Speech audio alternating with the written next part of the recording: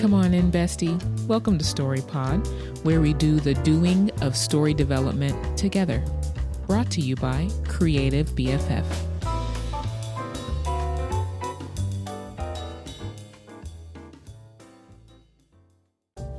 Hello and welcome back to Story Pod.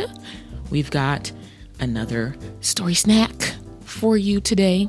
Another question that we will be answering from Reddit. If you would like me to answer one of your questions on the podcast, please feel free to email me at ash@creativebff.com, or you can go to my website, creativebff.com, and go to the contact form and send your question there. Go ahead and reference a story question in the subject line. And I would be happy, more than happy, ecstatic to answer your question on the podcast. And before we get to the question,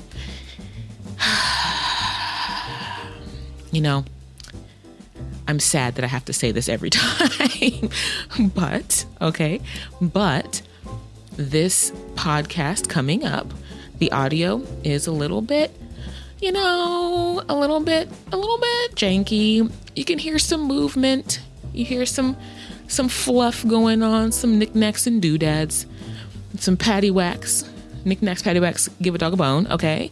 And please forgive me for that, okay? I don't know how to take it out yet. I'm getting my life together, but I didn't want to re-record this. So thank you so much for your patience with me as I figure out the audio moving forward. And I hope that you're still able to get something from this podcast in the meantime, until I run out of these episodes that I recorded in this particular recording space. But anyway, thank you so much for joining me. And here is the question. Okay, so we've got a nice, long, juicy question here. So stay with me. It is from the r/character development subreddit by Normal Mouse 8819. And they are seeking advice on complex elements in a story. So they say, this is very long. For those that stay to read, thank you so much. I have realized I may have added too many complicated elements into my story. I want it to be a long-form series, webtoon, or some sort of visual medium. If you could help me weed out elements to leave and take out would be nice. I'll admit, this is a story based on some of my childhood playtime, and it grew with me. I got out of my dark phase a few years ago, so I'm trying to make things not so dark and traumatic. I've gotten better at it, but goodness, looking back, I've got more work to do. So here's the short but full synopsis of the overall story. Excuse me, girl. Come on, mucus. As of currently, if there are questions, please ask. In a low fantasy world, there was a magic gem that truly brought, girl, come on, get your reading skills together, that truly brought humans to life. The humans lost the gem, and an animal found it and wished to become human-like. The humans and animal people lived in peace, but the humans blamed the animal people for something wrong, and they split.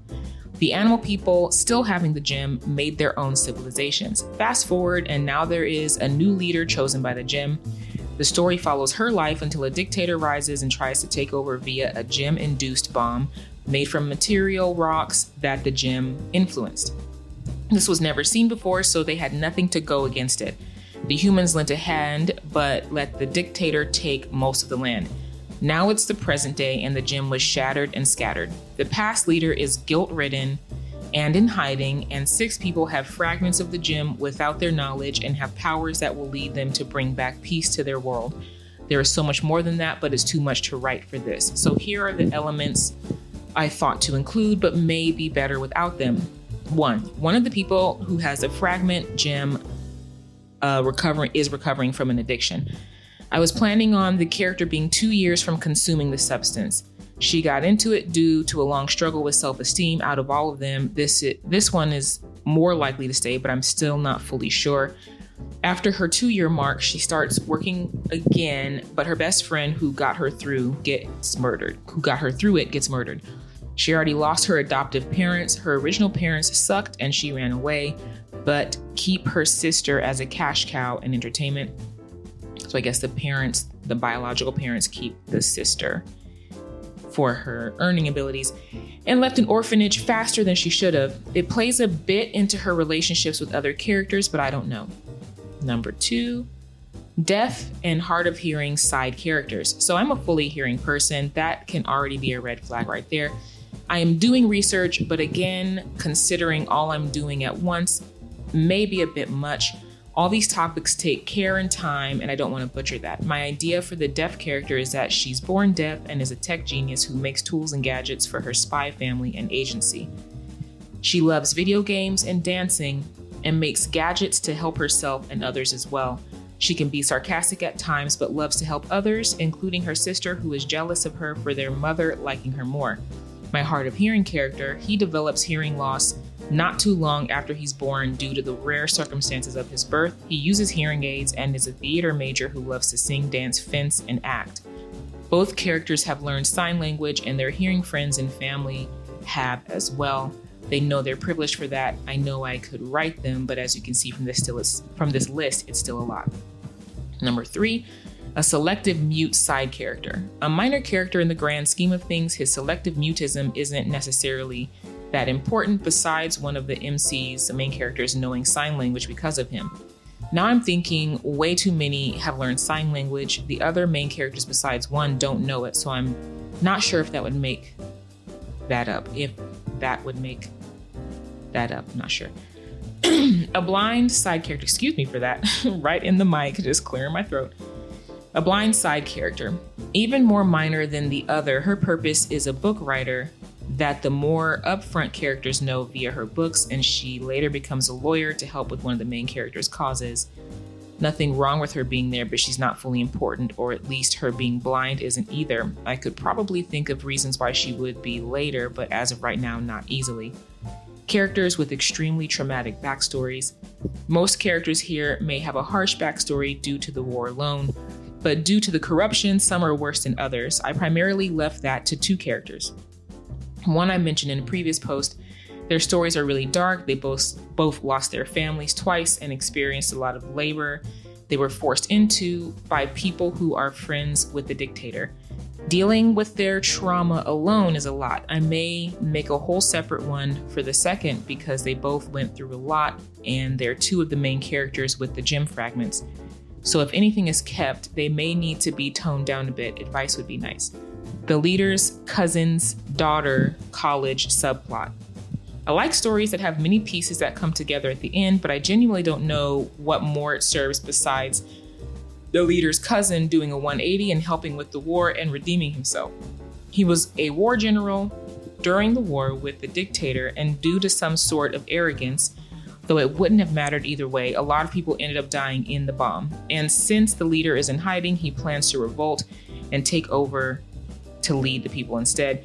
He uses his daughter as a way to rally support from the youth. It's a good plot point in itself, but I feel like its build-up has no reward. If anyone has ideas about that, that'd be nice. There's probably more I'm forgetting. I do genuinely like all these elements, but by golly, it's a lot. Not to mention figuring out the war, governments, and espionage in general.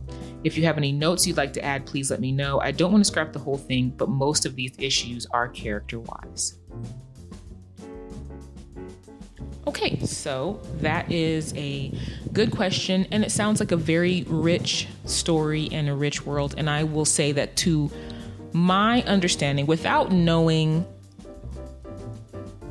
anything else about the world and the story, because it may very well be that this particular author, the writer, has set up a rich enough world building and history to support all of these characters being in the story and all of these elements being part of the story.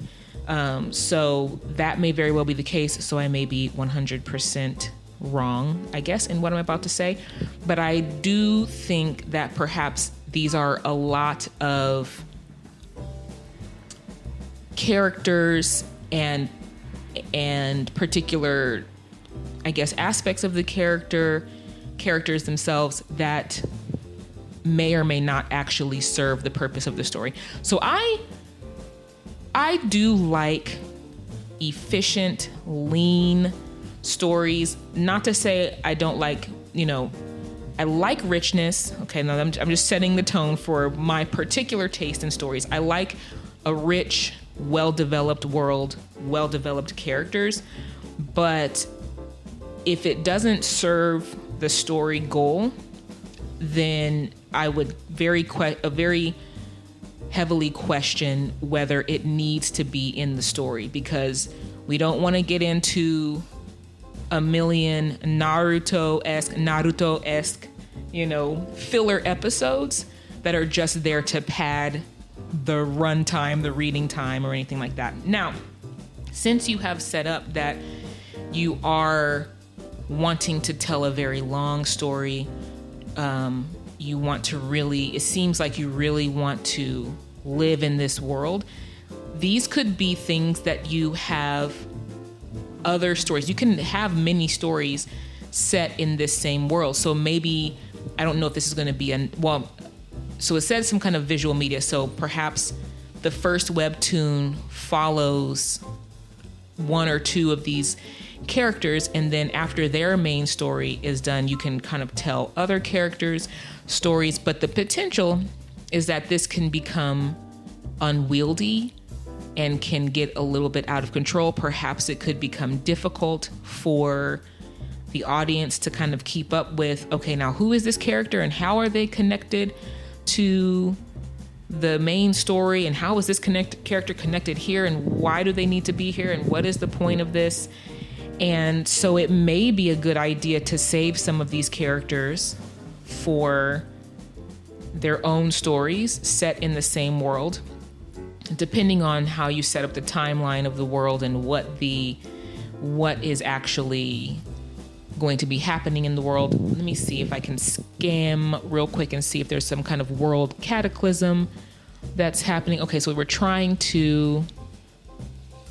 there's 6 people who have fragments of the gem and have powers that will lead them to bring peace back to their world. So I'm assuming that this list of characters that this person mentioned are, well, not necessarily, because they are talking about multiple things. I think that just focus on, for this story, the 6 characters who have gems, and maybe you condense it down to 3 or 4 characters. Maybe you can combine some of the characters together, unless there is a real story reason within the logic of your world that there needs to be 6 specifically. Or maybe you're planning on doing a thing where each character has their own book. Or their own book of the story, whether it's a comic or a novel. If each character has their own book that we focus on them, then some of these other elements can come in, and you can still use all of them if you really love all of them, but they're just relevant to this character. So book 1 is about the character who ran away from home and has addiction, and the line with her sister, and running away from the adoptive parents and all of that kind of stuff. So you flesh out her story and get her to a certain point by the end of the book, and then we start the next, or the multiple chapters. I don't know how you want to organize it, but then the next book starts the next chapter, and maybe that'll be too long. Maybe these are all novellas. Like, you can really, as a creator, you can really structure it whatever way you want. So say you do 6 short-ish, not full-length comics or novellas that go into each of these characters' backstories, right? And you're going to probably need to make them real interesting and do a real good job to keep the audience wanting to read through all of these characters, unless you decide to reduce the number of characters. And then you can introduce the magnum opus, where you have brought them all to a critical point by the end of their particular novella or short comic. And then you bring them all together, and the story proper can kind of start. And you can even work it to where, perhaps unbeknownst to the characters, some of the other main characters appear here and there in the background, or have just kind of loose connection to each other. And it really depends on how you're setting up the world. It seems like, okay, we've got a magical system, but then you mention that there's a legal system and there's lawyers and there's some kind of cause that one of the characters is working on, and they need this lawyer to help them with. And so it's like, without knowing kind of really how you're structuring the world, really what the journey looks like to bring peace back to the world. Is it going to be through some kind of magical supernatural war with these gems?